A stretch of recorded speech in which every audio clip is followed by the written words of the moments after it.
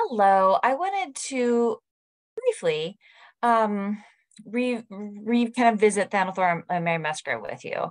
The sections on them are a little bit shorter, but that's really more just a reflection of um, the way that they demonstrate to us kind of some similarities and differences in the ways that when we're cultural mediators. So the first thing to point out to you about Thanadelthur, and again, I'm not like a real big kind of names and dates person. I don't want you memorizing things because that's not something we take with us. We can look that up in a book. That said, though, we do need to be able to situate people within their time because it, changes how they perceive the world. And so, one thing to think about with Thanadelthur that makes her a little different from Pocahontas is she's about 100 years later. So, while, excuse me, Pocahontas was really new to this middle ground, this contact between Europeans and Native Americans.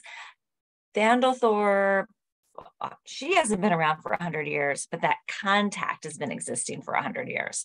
And so that will make things a little different because you've got, a couple of generations there that have experienced this kind of middle ground and maybe have more experience in different ways of kind of shaping that ground.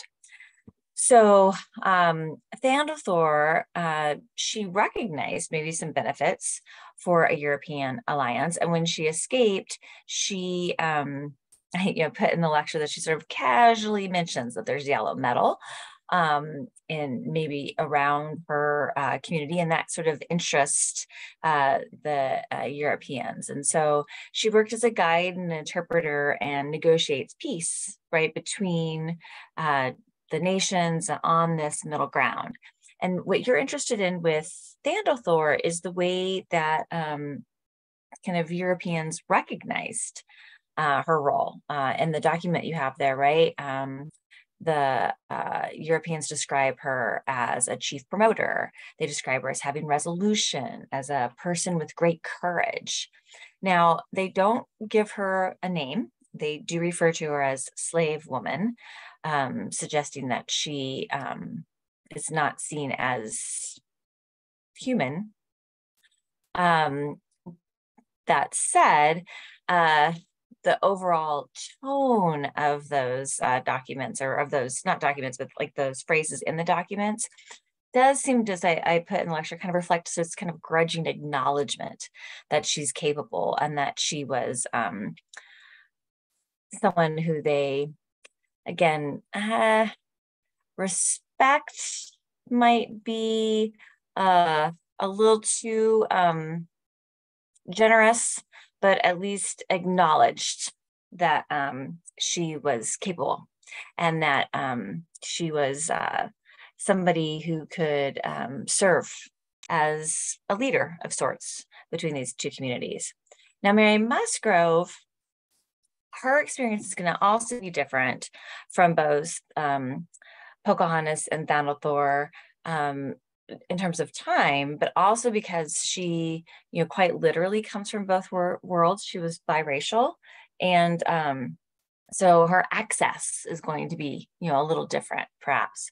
She had a pretty powerful position. She's serving as the interpreter for James Oglethorpe. He was the founder of the Georgian colony, so he doesn't know what she's saying is true unless he just has to believe what she's saying. So that gives her some power, this role as interpreter.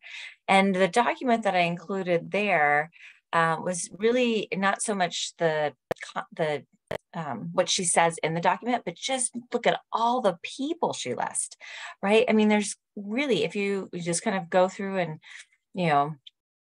highlight or mark them, there's well over a dozen different people, nations that she mentions, some people with titles. She mentions a colonel, she mentions somebody who she refers to as the Dog King. She speaks for her whole peoples, right? She speaks for the Choctaw. She also kind of seems to have a sense of some of the long-standing differences between the English and the French, right? She says here, speaking of people of one indigenous nation versus another, she's like, they say they like the English better than the French, and they'll stand by the English as long as they have one left alive, right? Maybe that's true. Maybe those people did like the English better than the French, but she also, like Thanadelthur knew yellow metal might interest Europeans, whether or not yellow metal existed there. Musgrove knows that there's this kind of animosity between the English and the French, and she's adept at kind of playing that off against one another. So again, that document is useful for her to see kind of all of her contacts, but also the way that she uses language and kind of seems to have a sense of these communities. All right, I think that's all I wanted to kind of recapture that I put in the lecture about Musgrove and Thanadelthur. If you've got any other questions, be sure and send me an email or put some questions in that public discussion board. Hope you're doing well. Take care.